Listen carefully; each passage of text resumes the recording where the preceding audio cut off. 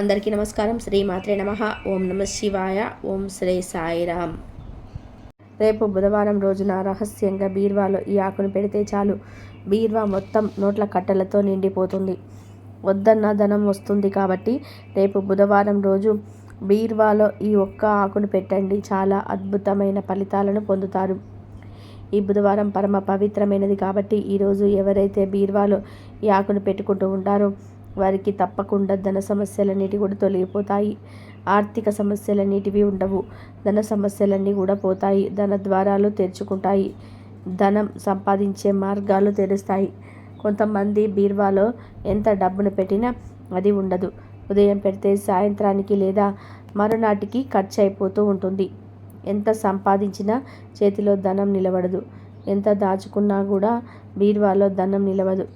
Future కోసం కొంత ధనం దాచుకోవాలని అందరికీ ఉంటుంది. మరి అలా ధనం దాచుకోవాలన్నా, బీర్వాలో ధనం నిలవాలన్నా బుధవారం రోజు ఒక చిన్న పరిహారాన్ని చేయాలి. ఏమీ లేదు, జస్ట్ లేదు, ఈ ఆకును పెడితే సరిపోతుంది. ఇంతకీ బుధవారం రోజున బీర్వాలో ఏ ఆకును పెట్టాలి అనే విషయాన్ని ఇప్పుడు ఈ వీడియోలో వివరంగా తెలుసుకుందాం. అంతకన్నా ముందు అసలైన దేవుడు ఎవరో తెలిపే పవిత్ర కథను విందాం. ఫ్రెండ్స్, అంతకన్నా ముందు కామెంట్ బాక్స్లో జయ శ్రీరామ్ అని చెప్పి కామెంట్ చేయండి. ఒకసారి రాక్షసులకు దేవతలకు మధ్య యుద్ధం జరిగింది. దేవతలందరూ కూడా కలిసి బాగా యుద్ధం చేసి రాక్షసులను ఓడించారు. రాక్షసుల్ని జయించిన సంతోషంతో దేవుళ్ళందరూ కూడా తమను తామే అభినందించుకున్నారు. అందరూ ఒకచోట కలిసి సంబరం చేసుకోవాలని కూడా అనుకున్నారు. వారి ఆనందానికి అంతు లేకుండా పోయింది. రాక్షసుల్ని ఓడించడానికి తమ బల పరాక్రమాలే కారణమని, తమ కష్టంతోనే రాక్షసులు ఓడించగలిగామని విర్రవీగిపోతూ ఉన్నారు. వాళ్ళు ఓడించింది మామూలు వాళ్ళని కాదు కదా, రాక్షసులను. ఎంత కష్టం, అందుకే అంత ఆనందము, అహంకారము. ఇదంతా అసలు దేవుడు చూస్తున్నాడు. వీళ్ళందరూ తమకున్న బలంతో రాక్షసుల్ని ఓడించామని అనుకుంటున్నారు. దేనికైనా భగవంతుడు సహకారం అవసరం. ఇది వాళ్లకు ఉంది కాబట్టి ఈ రాక్షసుల్ని ఓడించగలిగారని వీళ్లకు తెలియట్లేదు. అది తెలిస్తేనే కానీ వీళ్ళ అహంకారము తగ్గదు. అందుకని అసలు దేవుడు ఒక సాధు వేషంలో వచ్చి వాళ్లకు కొంచెం దూరంలో కూర్చున్నాడు. దేవుళ్ళు అతన్ని చూసి ఈ సాధువు ఎవరో, ఇక్కడికి ఎలా వచ్చాడో, అతడికి ఉన్న శక్తి ఏమిటో తెలుసుకోవాలని అనుకున్నాడు. ముందుగా దేవుళ్ళందరూ కూడా అగ్నిదేవుని పిలిచి, అగ్నిదేవ, నువ్వు వెళ్ళి అతడి విషయం ఏంటో పూర్తిగా తెలుసుకొని మన పరాక్రమం గురించి కూడా చెప్పిరా అన్నారు.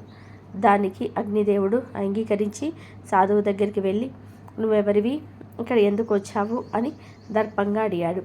సాధువు అగ్నిదేవుడికి సమాధానం చెప్పకుండానే అసలు నువ్వెవరు అని ఎదురు ప్రశ్న వేశారు. అగ్నిదేవుడు బిగ్గరగా నవ్వి, నేనెవరో తెలియదా నీకు, నా పేరు అగ్నిదేవుడు అన్నాడు దర్పంగా. అయితే నీకున్న శక్తి ఏమిటో చెప్పు అని అడిగాడు సాధువు. ఈ భూమి మీద ఉన్న ఏ వస్తువునైనా సరే నేను నా వేడితో కాల్చి మసి చేయగలను అన్నాడు అగ్నిదేవుడు విర్రవీగుతూ. సాధువు ఒక గడ్డిపోచను కింద పెట్టి, దీన్ని మసి చేసి చూపించు అన్నాడు. ఓస్, ఇంతేనా అనుకొని వేడిగా ఉంటే తన ఊపిరితో గడ్డిపోచను కాల్చి మసి చేయాలని గట్టిగా ఊదాడు. ఎంత ఊదినా అది మాడలేదు. మంటల్ని సృష్టించి దాన్ని మార్చాలని ఎంత ప్రయత్నించినా ఆ గడ్డిపోచ కాలలేదు. దాంతో అగ్ని సిగ్గుపడి తల వంచుకొని నీరసంగా మిగిలిన దేవుళ్ళ దగ్గరికి వెళ్ళాడు. జరిగిన విషయం అంతా చెప్పారు. ఈసారి దేవుళ్ళందరూ మాట్లాడుకొని వాయుదేవుని సాధువు దగ్గరికి పంపించారు. వాయుదేవుడు సాధువు దగ్గరికి చేరాడు. ఎవరు నువ్వు, ఇక్కడికి ఎందుకు వచ్చావు అని అడిగాడు. అది విని సాధువు సమాధానం చెప్పకుండా, అసలు నువ్వు ఏం చేస్తుంటావు, నీకున్న శక్తి ఏమిటి అంటూ ఎదురు ప్రశ్న వేస్తాడు. ఆ ప్రశ్నకు సమాధానంగా వాయుదేవుడు, నా పేరు వాయువు, నేను వాయుగుండాలు తుఫాన్లు సృష్టించగలను అన్నాడు ధీమాగా. అప్పుడు సాధువు ఒక గడ్డిపోచ తీసి కింద పెట్టి, అయితే నీ బలంతో దీన్ని కదుపు అన్నాడు. వాయుదేవుడు దాన్ని చూసి ఇంతేనా అనుకొని తన శక్తిని అంతటిని కూడా దానిపైన ప్రయోగించాడు. కానీ ఆ గడ్డిపోచ ఏమాత్రం కదలలేదు. దాంతో వాయుదేవుడు షాక్ అయ్యాడు. సిగ్గుపడి వెనక్కి వెళ్ళిపోయాడు. జరిగిన విషయం అంతా కూడా దేవుళ్ళకు చెప్పాడు. ఈసారి సాధువు సంగతి ఏమిటో తెలుసుకొని రమ్మని వాళ్ళు ఇంద్రుడు పంపించారు. తమ దేవుళ్లకు సహాయం చేయడానికి ఇంద్రుడు బయలుదేరి వెళ్ళగానే సాధువు అక్కడి నుంచి మాయమైపోయాడు. ఇంద్రుడు అయోమయంగా అన్ని వైపులకు చూస్తూ ఉన్నాడు. తను వచ్చిన పని పూర్తి చేయాలంటే సాధువు కనిపించాలి. అంతలో ఒకడికి సాధువు బదులు ఒక దేవత ప్రత్యక్షమైంది. ఇంద్రుడు దేవతను చూసి, ఎంతవరకు ఇక్కడ ఉన్న సాధువు ఎవరు, ఏమయ్యాడు అని అడిగాడు. అప్పుడు ఆమె, ఇంద్ర, అతడే అసుర దేవుడు. మీరందరూ భగవంతుడు సహకారం లేకుండా ఏ పని కూడా జరగదు అనే విషయాన్ని మర్చిపోయారు. రాక్షసుని ఓడించడానికి మీకున్న బలమే కారణం అనే భ్రమలో ఉన్నారు. మీ అందరికీ సహాయం చేస్తున్న దేవుడు ఒకడున్నాడని, అతడి వల్లే మీరు కూడా అన్ని పనులు చేయగలుగుతున్నారని తెలుసుకోలేకపోయారు. ఆయన సహకారం లేనప్పుడు గడ్డిపోచను కూడా కదిలించలేకపోయారు. అది తెలియజేయడానికే భగవంతుడు సాధువు రూపంలో ఇక్కడికి వచ్చాడు. ఆ నిజాలు తెలుసుకున్న వాళ్ళల్లో నువ్వు మొదటివాడివి. నీ తర్వాత అగ్ని, తర్వాత వాయువు అని చెప్పి వెళ్ళిపోయింది దేవత. అందుకే దేవతల్లో మొదటివాడు ఇంద్రుడు, తర్వాత అగ్ని, వాయువు అని చెప్తుంటారు. రాక్షసులు చంపడానికి అవసరమైనంత శక్తిని వాళ్ళకి దేవుడు ఇచ్చాడు. అంటే దేవుడు ఒక్కడే అన్నమాట. దేవుడు ఏ రూపంలో ఉంటే మనకు ఇష్టమో ఆ రూపంలో దేవుణ్ణి మనం కొలుస్తూ ఉన్నాం. ఎవరికి కనిపించని ఆ దేవుడు మంచి వాళ్ళని ఎప్పుడు కూడా రక్షిస్తూనే ఉంటాడు. మతాలు ఎన్ని ఉన్నా, రూపాల పేర్లు ఎన్ని ఉన్నా, మేము దేవుళ్ళము అని ఎంతమంది చెప్పుకున్నా కూడా దేవుడు మాత్రం ఒక్కడే అని ఈ కథ ద్వారా తెలుస్తుంది కదా.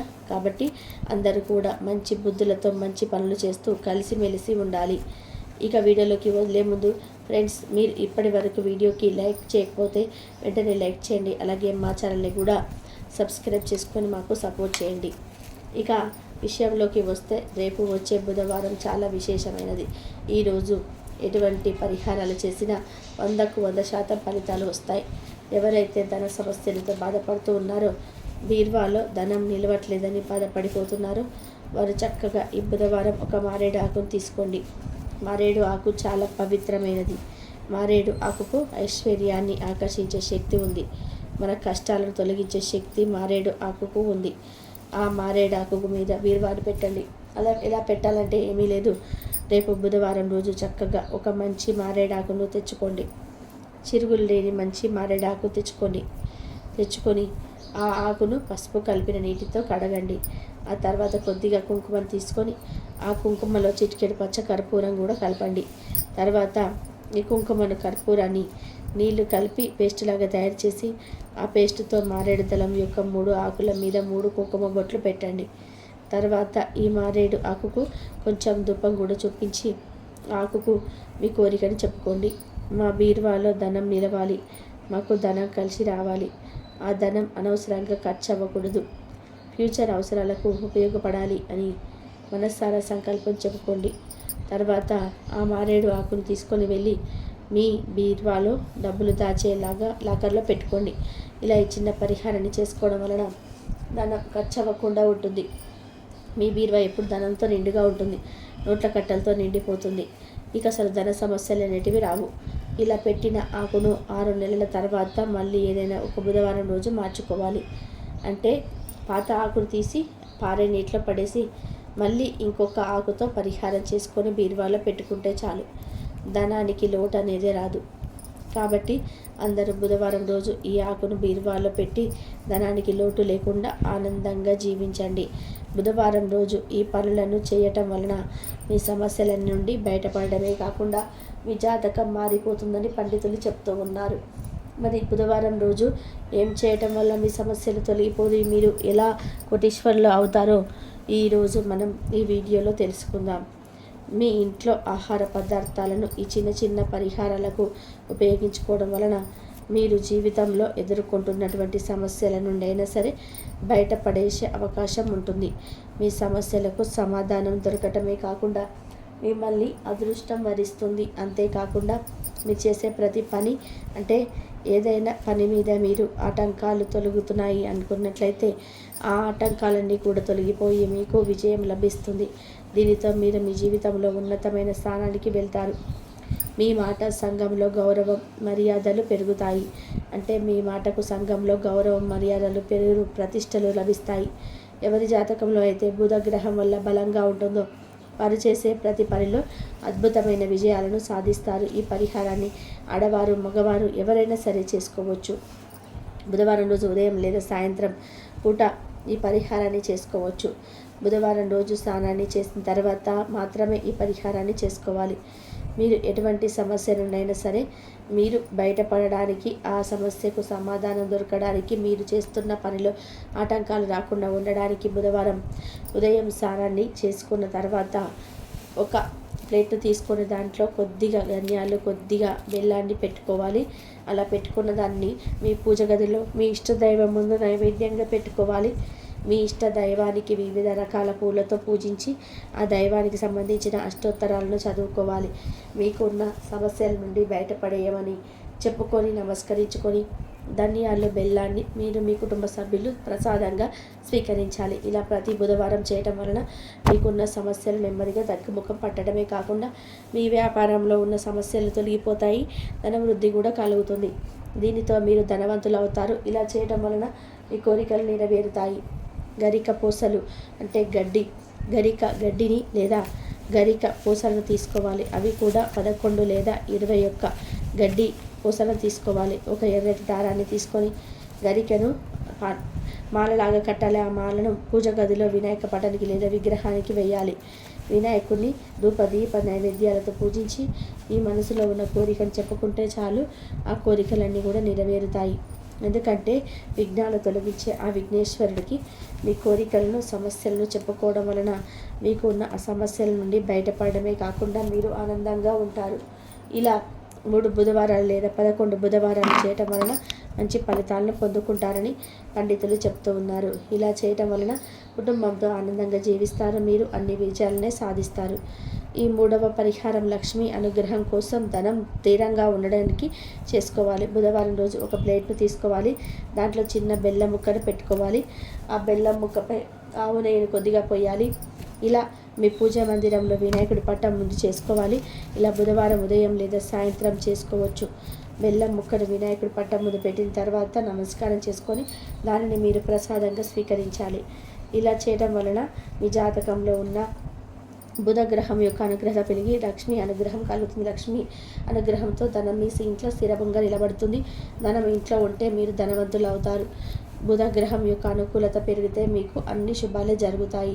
ఎందుకంటే బుధ గ్రహం శుభానికి ప్రతీక కాబట్టి బెల్లాన్ని దానిపై ఆవు నెయ్యిని పోసి వినాయకుడికి నైవేద్యంగా సమర్పించటం వలన మీకున్న సమస్యలు తొలగిపోయి మీరు కుటుంబంతో ఆనందంగా అష్టైశ్వర్యాలతో జీవిస్తారు. బుధవారం రోజు ఉదయం లేదా సాయంత్రం మీ పూజ గదిని శుభ్రం చేసుకోవాలి. తర్వాత ఒక ప్లేట్ను తీసుకోవాలి. ఆ ప్లేట్లో కొంచెం బియ్యాన్ని పోయాలి. ఆ బియ్యంపై ₹1 నాణాన్ని పెట్టుకోవాలి. ఆ రూపాయి బిళ్ళ పైన కొద్దిగా కుంకుమను వేయాలి. ఇలా చేసిన తర్వాత ఆ ప్లేట్ను మీ ఇష్ట దైవం ముందు పెట్టి నమస్కారం చేసుకోవాలి. నమస్కారం చేసుకునేటప్పుడు మీకున్న ఆటంకాలన్నీ కూడా తొలగిపోవాలని, అందులో మీరు విజయాన్ని పొందాలని, ధనలాభం కలగాలని కోరుకుని నమస్కారం చేసుకొని మరుసటి రోజు ఉదయం స్నానాన్ని ఆచరించి పూజ గదిలో ఉన్న రూపాయి బిళ్ళను తీసుకొని చిన్న ఎర్రటి వస్త్రంలో మూట కట్టాలి. ఆ మూటను మీరు డబ్బును దాచుకునే ప్రదేశంలో లేదా బీరువాలో లేదా పర్సులో పెట్టుకోవాలి. వ్యాపారం చేసేవారు వ్యాపార ప్రదేశంలో పెట్టుకోవాలి. ఆ తర్వాత బియ్యాన్ని మీరు లేదా పరమాన్నాన్ని వండి నైవేద్యానికి అమ్మవారికి సమర్పించి తర్వాత మీ కుటుంబ సభ్యులు ప్రసాదంగా స్వీకరించాలి. వారానికి ఒకసారి ఎర్రటి వస్త్రంలో ఉన్న రూపాయి నాణాన్ని వస్త్రాన్ని మార్చుకోవాలి. ఈ పరిహారాన్ని బుధవారం రోజు చేయటం వలన మీకున్న సమస్యలు తొలగిపోయి మీ జాతకం మారిపోతుంది. దీనితో మీకు బుధగ్రహం యొక్క అనుకూలత కలిగి మీరు ఐశ్వర్యవంతులు అవుతారు. మరి విన్నారు కదా, మీరు కూడా అనేక రకాల సమస్యలతో బాధపడుతూ ఉన్నట్లయితే ఇప్పుడు మనం చెప్పుకున్న ఈ 4 పరిహారాలను బుధవారం రోజు చేయటం వలన మీకున్న సమస్యలు తొలగిపోవడమే కాకుండా మీ కోరికలు నెరవేరుతాయి. దీనితో మీ వ్యాపారంలోనే ఉన్న ఆటంకాలన్నీ కూడా సమస్యలను తొలగిపోయి లక్ష్మి అనుగ్రహంతో మీ జాతకం మారిపోతుంది. మీతో మీ కుటుంబంతో ఆనందంగా అష్టైశ్వర్యాలను పొందుతారు. మీరు కూడా నమ్మకంతో ఆచరించి మంచి ఫలితాలను పొందండి. అష్టైశ్వర్యాలతో భోగభాగ్యాలతో జీవించండి. ఇదండి ఈరోజు వీడియో. ఈ వీడియో కనుక మీకు నచ్చినట్లయితే ప్లీజ్ లైక్ చేయండి, షేర్ చేయండి, సబ్స్క్రైబ్ చేయండి. మరొక మంచి వీడియోతో మళ్ళీ కలుద్దాము. ఈ పరిహారాలను మొత్తం బుధవారం రోజు చేయడం వల్ల మీ సమస్యలు తొలగిపోయి మీ జాతకం మారిపోతుంది. మీరు అదృష్టవంతులు అవుతారు.